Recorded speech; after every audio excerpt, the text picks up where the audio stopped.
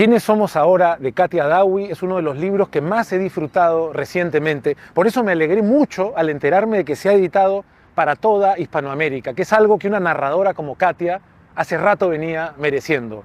Katia vive en San Telmo, uno de los barrios más lindos de Buenos Aires. Fuimos a visitarla allá y conversamos con ella no solo sobre su vida, tal cual la retrata en Quiénes somos ahora, sino también sobre su proceso de escritura, su experiencia aquí en Argentina, y tuvimos una lindísima conversación que espero disfruten.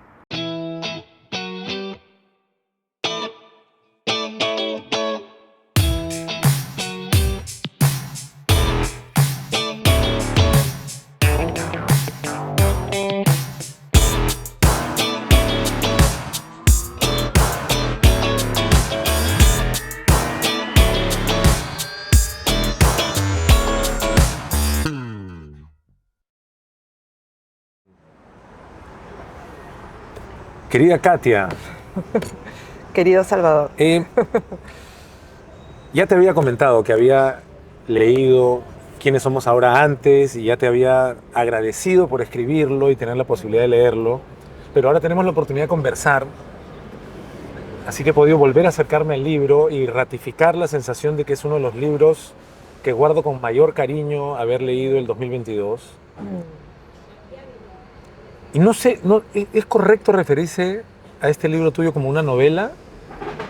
¿Alcanza parcialmente? ¿No da en el blanco para nada? ¿Qué sensación te da? Lo que pasa es que las editoriales tienen que seguir con el circuito comercial de la clasificación, digamos, y por eso lo llaman novela, supongo. Pero va a haber gente que por supuesto va a decir no es novela, entonces ¿qué es? Pero a esa clasificación me desinteresa bastante porque No es relevante, ¿no? no, aparte es la época de lo híbrido y las cosas porosas y las conversaciones entre géneros, ¿no? Entonces prefiero no clasificarla yo y que beba de varias fuentes.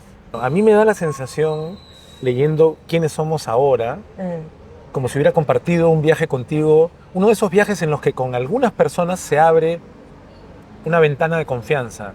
Ah, qué lindo eso de la ventana de confianza, sí, sí. Sí, cuando empecé a escribir este libro, bueno, partió por una frase amorosa que me dijo una veterinaria, ¿no? Que fue esto de... Ella había visto mucho la enfermedad de mi perrita, ¿no? De los riñones. Una perrita que había estado conmigo en todos mis duelos, en todas mis alegrías, imagínate, ¿no? 16 años. Y esta mujer, Alicia, de la veterinaria del Quijote, además, me dice, cuando la sacrifica, me dice, la voy a poner en la posición en que nació. Espérate un ratito. Y la embolsa y la aprieta contra su cuerpo y me la devuelve. Y todas las lágrimas que yo tenía se me metieron para adentro y nunca pudieron salir porque ella había tenido esa frase tan amorosa, tan radical y que no me olvido. Es como si esa frase de una persona casi anónima en mi vida me cambió no solo la escritura, sino la vida. Me cambió. En mi perspectiva de la muerte es mucho más piadosa ahora quizás. En esta anécdota que tú comentas y que incluyes en el libro, es fantástico lo que hace Alicia, que a la muerte de Mara, tu perra te dice, déjame ponerla en la posición en la que nació. Es una locura. Y claro, ya por esos juegos de palabras, porque más adelante lo usas, o sea, hablas de dónde sientes la muerte. Sí. Entonces la muerte, al hablar ya de la muerte de tu padre primero, de tu madre después, dices que la sientes más en el vientre que en la cabeza. Totalmente, sí. Y luego usas una frase que es, la muerte es natalicia, Sí. que incluye el nombre de la veterinaria, ¿no? Alicia. Ah, muy bien. A Freud le gusta esto. Pero quiero decir, hay una conexión poderosa que haces entre la muerte como el comienzo de algo. Y yo quería saber qué comienzo de ti, qué nuevo comienzo de ti hay tras la muerte de tus padres, tras la muerte de Mara. Digamos, acá hay un nacimiento concreto posterior a todo ello, ¿no? Sí, sí. Em, claro, yo estaba queriendo escribir este libro especialmente. Eh, y necesita, o sea, tenía imágenes, pero no supe bien en mi corazón cómo hacerlo hasta que Alicia no dijo eso. Después me acordé que fue una amiga Alicia la que me regaló a Mara. No lo puse en el libro, me lo acordé mucho tiempo después. Mi mejor amiga me hizo ver, pero fue Alicia la que te la dio y Alicia la sacrificó. Entonces, por eso es que, volviendo a tu primera pregunta, hay algo de lo vincular, de lo asociativo. Yo siento mi escritura asociativa, ¿no? Como algo flotante. Cada muerte que he tenido en mi vida, no solo de mis familiares o de una mascota, sino incluso de amigos, de gente muy cercana y querida, tíos, primos, muy pronto después de un tremendísimo dolor y desasosiego, yo he encontrado siempre como que mi zona de duelo siempre ha sido la lectura y después automáticamente ha llegado la escritura, ¿no? Mi duelo ha sido un duelo de leer, pero también de escuchar a la gente de la calle que te dice cosas que no son una frase hecha de siempre, ni más sentido pésame, sino vamos a poner una posición en que nació. Ese tipo que tú dices, ¿cómo cabe tanta humanidad en una mujer de 71 años que lleva desde los 20 haciendo lo mismo? Y le dice a esta chica de otro país que apenas conoce esa frase y después habla de su oficio, dice, cuando yo me vaya... Eso me parece... Esto voy a extrañar, dice. O sea, me parece lindísimo porque Sí. esta misma Alicia, esta misma mujer de 71 años, Sí, te habla a ti de otra muerte, sí, ¿no? La muerte de su vida profesional. sí, Recuerda, menciona el pueblo sí. del que vino su bisabuelo, los Sí, bisabuelos, los dos, sí, si no me sí, equivoco, Sí, y dice, me voy a retirar ahí con mi hermana. Tiene unas sendas, unos senderos que son preciosos de caminar. sí, Y uno se está imaginando ese lugar lindo y dice, no voy a extrañar a mis hijos, sí. ¿no? Pero voy a extrañar esto. Esto, y toca la mesa de exploración, O y sea, hace así. Es como su vida, se nota en el Sí. personaje que presentas de Alicia, se nota que es una persona que ama lo que hace, que ama su vida, ¿no? Totalmente, totalmente. Y además, hay algo que pasa también con la maternidad, que muchas mujeres siguen teniendo hijos para llenar un vacío, ¿no? Dicen, si tengo un hijo nunca más me voy a sentir sola, y a veces ocurre que lo que pasa es que cuando los hijos empiezan a irse, viene una sensación de, ¿y ahora qué hago con mi vida? Tengo 40, 50, ¿ahora qué hago con mi vida? Y esta Alicia decía, tengo una vocación. No importa que vaya al mejor lugar del mundo, que extrañe a mis hijos, tengo una vocación que no me dejó sola nunca. Y yo dije, esta señora... Ahora, hablando de Alicia y de Sí. esa conexión vital con lo que más va a extrañar, su relación con animales que cuida, Sí, y que en algunos casos cuida de tal forma que ayuda a morir, ¿no? A no sobrepasar el límite por el que te pregunta, Sí. ¿no? ¿Cuál es tu límite? Te pregunta respecto Sí. de Mara, ¿no? el dolor. Y tú le dices el dolor. Y dice, perfecto, también para mí. Sí, fue todo, aparte, ocurre con esta Alicia que después, yo le he ido a ver, tuve que sacrificar a una gata después. Entonces, yo dije con Alicia porque Alicia es Caronte, es una compañera para la muerte. Entonces fuimos con Alicia y ahí le conté, por si acaso he escrito un libro y te he incluido, te lo voy a traer el próximo sábado. Entonces me escribe, por favor no te olvides de traerme el libro. Le llevo el libro y ella me esperaba con unos jazmines de su jardín. Me dice, este jazmín lo sembró mi papá, tiene 80 años, te regalo estas flores, te duran una semana si le cambias el agua. Y todavía, esto ha sido hace 3 meses, y han echado raíces. ¿Te das cuenta? Hay algo... Y ella me ha escrito y me ha dicho, ¿cómo te has acordado todo lo que hemos hablado? Y yo le he dicho, ¿y cómo han echado raíces tus jazmines? Hay algo que se siente así de tu escritura. O sea, hay algo que se siente que hay algo... También al referirte a la muerte dices que se siente en el vientre, que es Sí. natalicia Es que se y siente que se estira acá. en el ombligo, ¿no? Se Que siente sale y acá. que echa raíces. También dices tú que, Ah, que- sí, que tienes saca razón. raíces. Ahora, hay algo en tu escritura que da la sensación, pero no sé cómo será tu proceso de escribir, da la sensación de crecer con esa misma naturalidad, con esa misma organicidad, Como que algo se ha sembrado en ti, hace un ratito lo decías, quizá a veces a partir de un duelo que luego te lleva a leer, que luego desemboca en escribir y luego llega a nosotros, ¿no? Los que te leemos. ¿Tú sientes tu proceso de escritura así o cambia dependiendo de lo que estés escribiendo? En realidad, mi pareja siempre dice que yo soy una de las pocas personas que ha visto que escriben con placer y sin sufrir, pero porque para mí es como de las cosas que me gusta hacer, como caminar y descubrir la ciudad y perderme, como cocinar. Como la bicicleta. O la bicicleta, hay cosas que me gustan mucho y que me he acostumbrado a crecer con ellas. Entonces, para mí, la escritura nunca es un proceso de qué horrible, sino más bien lo pienso como un acto de amor, ¿no? Voy a crear esta gente y cómo hago para meterla en problemas y sacarla de ahí con lo que tienen, sin inventarme cosas de otro lado, sin hacer dioses máquina, ¿no? Con lo que ellos tienen, con su propia vida y que sostengan una dignidad. A mí me interesa mucho el problema de la dignidad, que aunque se estén odiando, tengan salidas dignas a sus encuentros y a sus desencuentros también.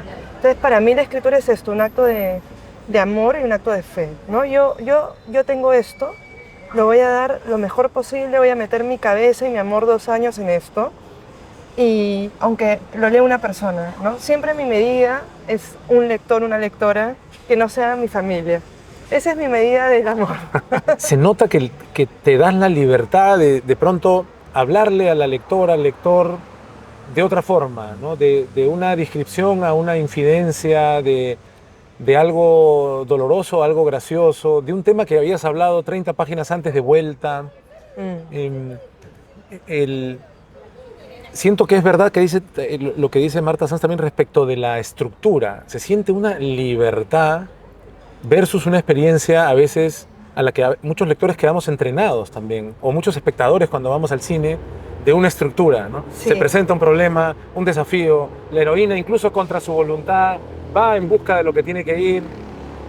Sí, yo creo que eso tiene que ver también con mi vida nueva en Buenos Aires, esta ciudad que ambos sabemos que se escribe muy bien, que se lee muy bien.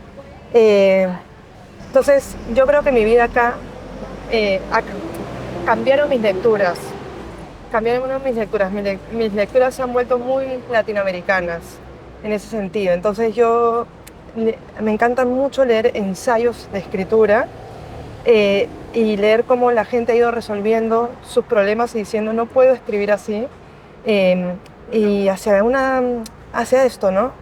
Hay que tomar ciertas decisiones cuando uno escribe. Y mi decisión nunca es que a este libro le vaya bien, sino que a mí me vaya bien escribiéndolo. ¿Se entiende? Como que a mí me vaya bien en el sentido de yo he escrito esto para entender algo respecto de mi propia vida o respecto de la escritura. Entonces siempre estoy tomando decisiones. Sí soy muy organizada. En el único aspecto de mi vida en que soy organizada y obsesiva es cuando escribo. Todo lo demás soy bastante caótica, pero cuando escribo tengo esto, como me doy indicaciones y ¿sabes sobre todo qué hago? Sospecho cuando me ha salido fácil. Sospecho cuando me salió muy fácil. ¿No te da la sensación de, bueno, si salió fácil es porque, bueno, ahí está? No, me tiene que costar. Te tiene que costar, pero ese costo no es equivalente al sufrimiento. No. El gozo no desaparece. Exacto. Costar para mí no pasa por sufrir, sino, Dios mío, ¿cómo hago? No sé cómo seguir. A ver ahora quién viene a mi rescate, ¿no? Y como en la vida nunca puedo sola. Entonces yo escribo, tengo un escritorio viejito, porque me gustan las cosas viejas, así, con marcas, con cicatrices de vida. Con vida. Entonces mi escritorio es como si fuera una mesa auxiliar de cocina. Tiene quiñes, cicatrices, reparaciones y un laqueado. Y tengo muchos libros. Entonces cuando ya no sé cómo seguir, abro cosas al azar de libros que amo y vienen palabras a mi rescate. Entonces me rodeo de otras escrituras. Y así me asisto y digo, no estoy sola, nunca estuve sola, a seguir, ¿no? Qué lindo. Pero me quedo para que ocurra, no me voy. Hay dos momentos que conecté. Uno, yo creo que, ahora no me acuerdo, estabas cerca de tus 9 años, porque a veces vas soltando, ¿no? Dices, creo que 4 años, 9, a los 18, y tienes una fiebre, me parece que era como a los 9 años, y dices que tienes una fiebre alta, 39 de fiebre, y en un punto comienzas a decir cosas que tú calificas como mentiras. Son mentiras, pero dices que provienen de algo así como de un fondo oscuro que también soy yo.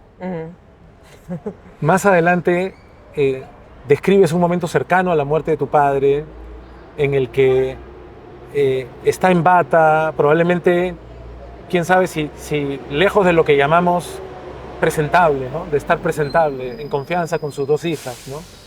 Y dices algo así como que se mostraba ante nosotros como queriendo que entendamos que él también era eso. Sí. Haces ahí una referencia a cosas no evidentes o no preparadas que también somos, ¿no? ¿Cuánto de lo que te interesa explorar como escritora, como persona, está debajo de esa superficie? Sí, sí, muy, muy lindo lo que dices porque estás viendo cosas que yo, por supuesto, no vi. Pero, mira, cuando uno está escribiendo en primera persona, el tema terrible es cómo distribuyes la justicia. Porque tu mirada, ¿no?, desde esa primera persona sobre los demás puede ser injusta y descalificadora. Entonces, a mí me importaba, como yo no puedo probar que todo esto sea verdad o que todo esto es mentira, a mí lo que me interesa es que quede una idea de verdad, ¿no? Una idea, una cosa suena verdadero. Esa es mi preocupación cuando escribo ficción o no. Entonces, albergamos multitudes y, como dice una amiga mía escritora, la contradicción nos hará libres. Entonces, para mí es lo más interesante de una escritura, es cuando las personas empiezan a hacer cosas que no esperábamos de ellos, ¿no? El pudoroso que por fin se desnuda, mi padre o este padre, o la hija que delira, ¿no?, por las fiebres altas y se da cuenta que empieza a balbucear estos delirios y que son muy oscuros y que esa oscuridad también proviene de ahí, ¿no? Tanto como la luz con la que ilumina otras zonas. Esa fuente también eres de la tú. existencia, pero es que no somos así. Entonces, pero hay un tema que a mí me interesa mucho, creo que desde que cumplí 40 y ahora tengo 46, y es el trabajo sobre la piedad en la escritura, ¿no? Y yo, o sea, ninguna de mis ideas creo que es original, por supuesto, sino que son largas conversaciones con otras escrituras, ¿no? Y hay una escritora de cuentos gringa que es muy, muy buena, que se llama Joy Williams, y a Joy Williams le preguntan, ¿qué hace que un cuento sea bueno? Y ella dice esta cosa, que es que los personajes accedan a una instancia de piedad, aunque no la reconozcan, aunque no vayan a tomarla. Entonces, cuando yo escribía esto, tenía a la vez escrito en papelitos como estas frases amorosas que me permitían a mí pensar mi propia escritura. Acuérdate de la piedad, acuérdate de la piedad, acuérdate de la piedad. No es gente buena que hace algo malo, ni gente mala que hace algo bueno. Es gente contradictoria, ¿no? Entonces, permite que todos sean crueles y también tu propia visión sobre ti misma, ¿no? Cuando la madre dice, me estoy muriendo, y la hija dice, todos nos estamos muriendo. Como diciendo, yo nunca te vi autocompasiva, te vi 1000 madres, pero nunca autocompasiva. No vayas a perder tu fortaleza ahora, ¿no? No es algo que yo hubiera dicho en mi vida, pero pensé, acá entra esa frase, ¿no? Se siente en tu trabajo una mirada honesta que no deja de ser amorosa. Ahora que mencionas la piedad, sí. que procura ser justa, pero tampoco omite detalles para ser justa. Sí. Pero ¿no te pasa a ti, Salvador, que a esta edad dices, he llegado a esta edad porque hay amor, digamos, y en tu trabajo lo aplicas también? Digo, no solo en tu vida privada, sino que tu trabajo intenta hacer una mirada más amorosa sobre este mundo que siempre parece estar muriendo, ¿no? Entonces, para mí tiene que ver, ya solo me interesa las escrituras sobre el amor, digamos. Se siente, ahora que hablas de de las contradicciones. Esto no necesariamente creo que vuelve contradictorio a tu madre o al personaje de tu madre, como dices, pero hay un momento también, ¿no? No sé si es cercano a la muerte o en ese episodio tan divertido finalmente también de la comisaría, de las policías que llegan, pero creo que es cuando está muriendo, que hay un momento en que te dice algo así como que te pide perdón, te dice, tengo que, ¿no? Ha sido dura contigo en diferentes instancias, ¿no? Severa. Sí. Y me encanta cómo lo describes porque es como este momento sorpresivo de una madre que así como le reclamas que no sea autocompasiva, exactamente, es como, y de pronto dice, llegado este momento tengo que decirte que hay cosas por las que te tengo que pedir perdón. Silencio. Llegó el momento en que la madre está pidiendo perdón, pero como dices tú, un segundo después, pero tú también me tienes que pedir perdón a mí, ¿no? Hasta el final, ¿no? Consecuente, ¿no? Sí. Pero eso es justamente, ¿no? Creo que nos corresponde cuando creamos hacernos preguntas sobre la ambigüedad, ¿no? Esto tiene que ver para mí con esto del amor tragamonedas, ¿no? Si alguien te da y te quita, no te da, te quita, ¿no? Entonces, yo quería qué buena la reflejar eso. Sí, me lo dijo un analista una vez, ¿no? Y yo creo que mi escritura sale así también porque yo voy a terapia hace muchos años, ¿no? Entonces, yo sentía que de alguna manera, si yo hacía el camino largo del análisis, mi escritura también en alguna instancia se iba a volver más profunda y más honesta, ¿no? Si yo no me engaño a mí misma, probablemente ocurra algo en mi oficio de ese orden, ¿no? Entonces, y el trabajo en análisis, perdón, es un trabajo sobre el lenguaje, ¿no? Acoge el furcio, acoge el error. Tú te equivocas con tu analista y en vez de decir padre dices pésame, a ver, ¿por qué hemos dicho pésame? Y hay una exploración sobre la lengua. Entonces, a mí me encanta eso, esa falla del lenguaje. Tú además enseñas a escribir. No sé si te enseñas a escribir, pero en realidad, bueno, no sé si escribir, porque en realidad lo que te quería preguntar es, en relación con lo que estamos hablando en este momento, ¿qué es escribir? Porque uno como lector puede descubrir textos muy bien escritos que no te tocan en absoluto, que no te remueven, que no te inquietan, que no te dejan pensando, no te duelen o no te hacen crecer, pero que pueden en la superficie parecer muy virtuosos. Cada quien definirá virtuoso como quiera, ¿no? Pero a mí me pasa que a veces encuentro un libro que se vuelve importante para mí en el proceso de la lectura y no tiene nada que ver con el uso aparente del lenguaje, sino como, no sé muy bien cómo explicarlo, pero es como a dónde me lleva el lenguaje que está en la página, no el lenguaje que está en la página, ¿no? Sí, no sé, yo creo que tú decías que es escribir y te diría que es técnica y corazón, porque la parte técnica se puede enseñar, se pueden enseñar mil cosas desde la parte técnica, desde la parte, digamos, fría y dura de la teoría, que nunca es fría, digamos, en escritura, creo yo, porque siempre tiene que ver con el arte de no saber. Escribir tiene que ver con el arte de la duda, no tiene ninguna certeza, es pura incertidumbre, por eso está tan ligada al fracaso, para mí, ¿no? Tiene que ver con tanteo y error, todo el tiempo. La gente, incluso yo digo mi primer libro malo, mi segundo libro malo, pero en verdad tienen que existir para que ocurra el tercero y el cuarto. Es al cuarto, quinto libro, en mi caso, que recién entendí de qué iba, ¿no? Y que tiene que ver con una decisión también respecto de mi propia existencia, cuando mis dos padres me dicen, yo no sé qué hacer, o sea, no supe qué hacer con mi vida. No supe qué hacer con mi vida. Ahí yo dije, los dos me están diciendo esto sin haber escuchado que el otro decía. Esos son dos momentos muy impresionantes.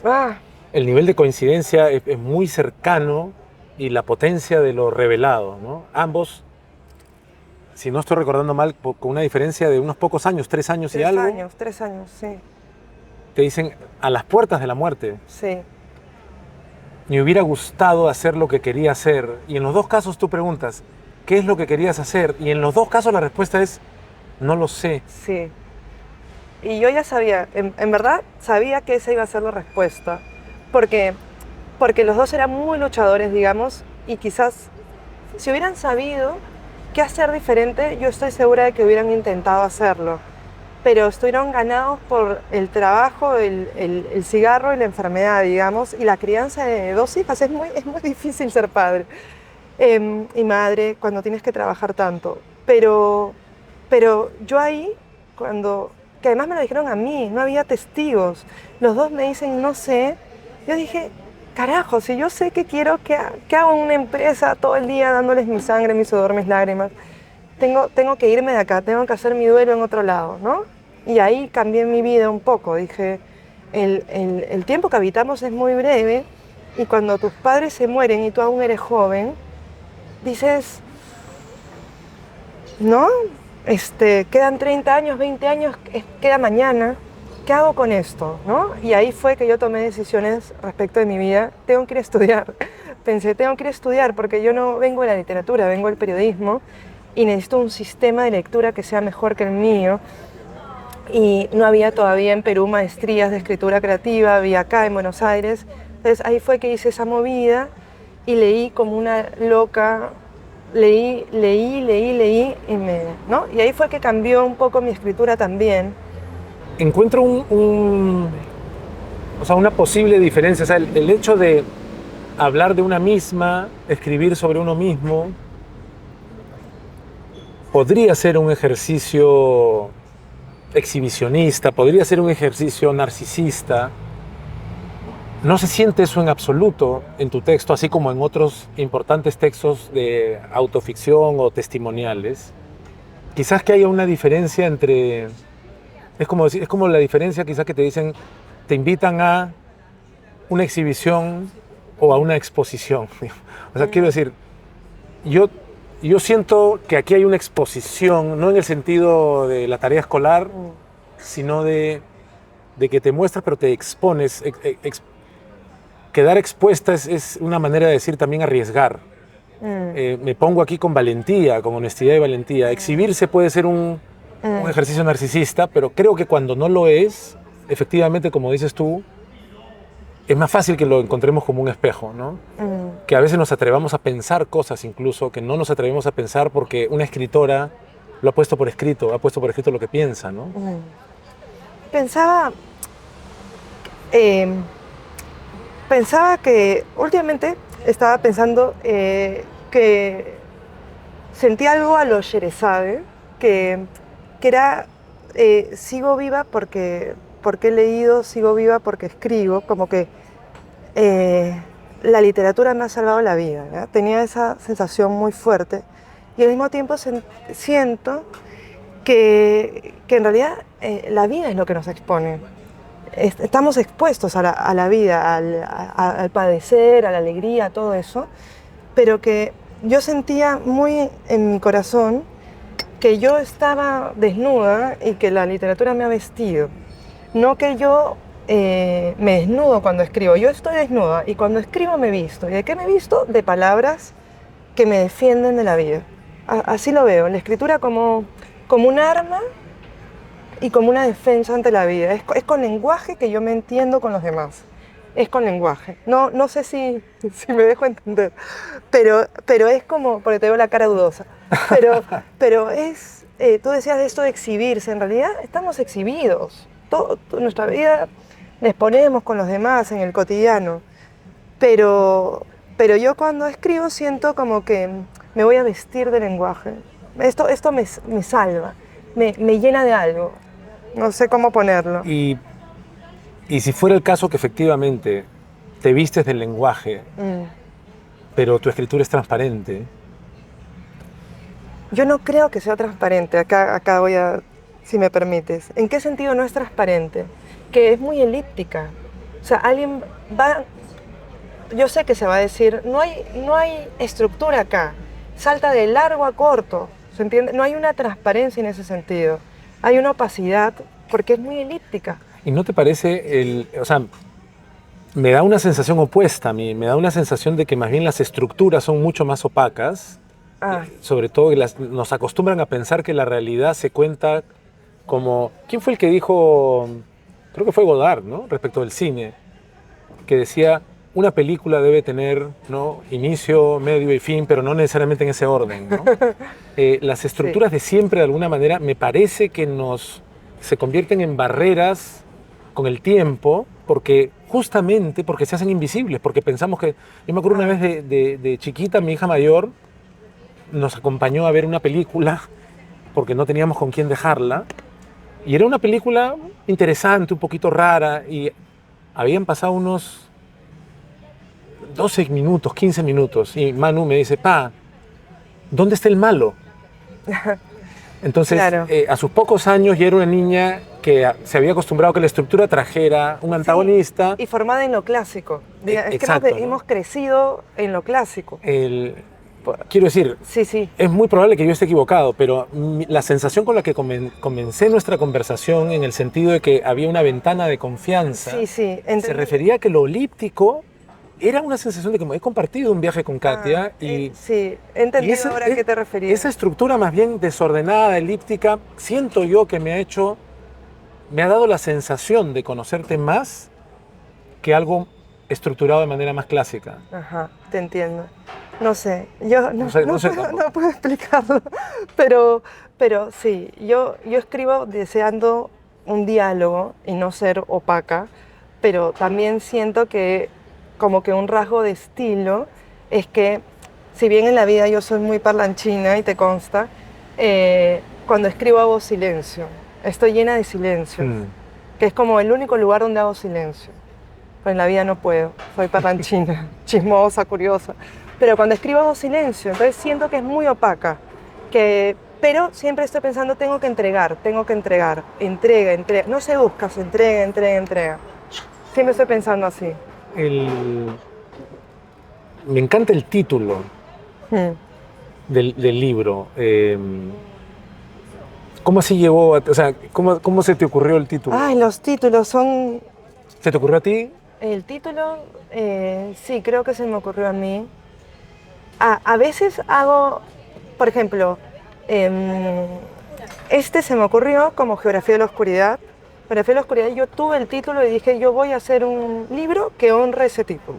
A veces tengo un título, una oración, una frase, una palabra que quiero rodear y cercar del lenguaje. Y este lo tuve. Es pocas veces... No, la decisión era con tilde o sin tilde, con pregunta o sin pregunta. Okay. Porque la puntuación me encanta también. Estoy muy preocupada por la puntuación y por las tildes. El título, entonces, finalmente, con tilde, ¿no?, es muy interesante no solo como título, ¿no?, sino quiénes somos ahora. El énfasis, digamos, el otro tilde, no el tilde de la palabra quiénes, sino el énfasis está también en ahora, no quiénes somos, quién es Katia Dawi, quién soy yo, sino la premisa es no somos necesariamente la misma persona en las diferentes etapas de nuestra vida. Algunos podrían decir en el transcurso del mismo día, pero sí. Algo en particular te llevó a sentir que estabas efectivamente en una etapa suficientemente distinta como para que el título emergiera. Es que no se puede responder. Es una pregunta sin respuesta, justamente por lo que dices. ¿Quiénes somos ahora? No sé. Hace poco escuché de un escritor argentino, Roque Larraqui, una definición muy bella de personaje. Nunca la escuché antes. Y él decía que el personaje es una unidad ficcional muy pequeña. No es tan importante el personaje en ese sentido. Pero ¿por qué se nos hace memorable? Y dice, porque un personaje es un sistema de repeticiones y notamos su transformación cuando deja de repetirse. Y llevado esto a la vida, ¿no?, Todos somos nuestro sistema de repeticiones. O sea, un personaje es un sistema de repeticiones y conectamos. Y notamos su transformación cuando deja de repetirse. Pero es esa, Por eso se nos hace memorable. eso es lo que lo hace memorable. Porque ok. deja de repetirse. Ahí notamos la transformación, la epifanía. Algo ocurre en su mundo interior que lo trastoca y empieza a hacer otra cosa, que puede ser del lado positivista o del lado negativo de la vida, ¿no? Se mueve entre esos dos. O sea, ¿te parece que otra manera de interpretar esa descripción tan interesante es un personaje se vuelve memorable cuando se libera de sus patrones? Como nos pasa a Cuando nosotros. se emancipa, es decir, porque además en castellano, ¿no? La palabra patrón tiene esa doble acepción de lo que se repite, pero lo que nos domina, ¿no? Ah, qué lindo. No sabía, ¿ves? Claro. Entonces, yo... y de otra autora, perdón, pero uno siempre conversa con sus autores. Flannery O'Connor decía... ay, me olvidé que decía Flannery O'Connor entre todo lo que decía. Bueno, me olvidé. Salvador, me olvidé. Algo de los patrones que estábamos hablando, quizá, de... No, me olvidé. Me olvidé. Ya vendrá. El analista diría, o la analista diría, ¡ah! Qué interesante, hablemos de este olvido. Pero a ver, no, me olvidé. Ya vendrá, ya vendrá. Sí. Pero otra vez me provoca contradecirte. ¿Cuál fue la frase que dijiste? La contradicción nos hará libres. Sí, sí. Porque efectivamente no se puede responder la pregunta así de fácil, ¿quiénes somos ahora? Y sin embargo, al tú colocar la perspectiva de la niña, la adolescente, la joven, uno va encontrando el trayecto de las repeticiones, de las liberaciones, de las despedidas y de las bienvenidas, ¿no? Hay algo muy lindo cerca del final de algo tan simple como el uso que tu pareja y tú hacen de la pasta de dientes, Sí. ¿no? Sí. Y creo que no es, puede que sea una pregunta difícil de responder, ¿quiénes somos ahora? Pero no es una promesa falsa en tu libro. Es una promesa que cuando uno recorre sus páginas y las termina, dice, wow, y se queda con una sensación también de es así que se puede conocer a la gente, es así que uno puede conocerse a uno mismo de manera fragmentaria, multiangular, multitemporal. Creo que se trata de un gran libro y me da mucha tristeza llegar al final de la conversación, pero en algún punto tenemos que acabar antes de que terminen de cerrar el establecimiento, que nos lo están cerrando, como puede ver ahorita la cámara, nos están cerrando ya. Antes de que nos levanten, quería decirte, Katia, que te agradezco muchísimo el tiempo de esta conversación y que espero que tengamos más adelante también. Sí. Y al mismo tiempo, para quienes no te hayan leído, decirles que una exploradora de la geografía de la oscuridad o de otras oscuridades como las que están debajo de elementos tan grandes como los icebergs,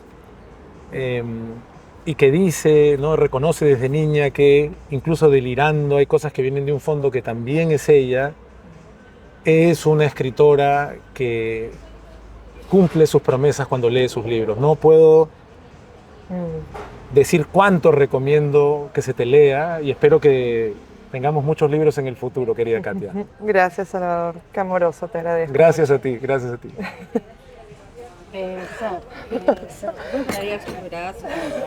Me olvidé de lo de Flannery O'Connor. No, pero lo podemos tener, ¿sabes qué ha ido saliendo espontáneamente? Lo del bonus.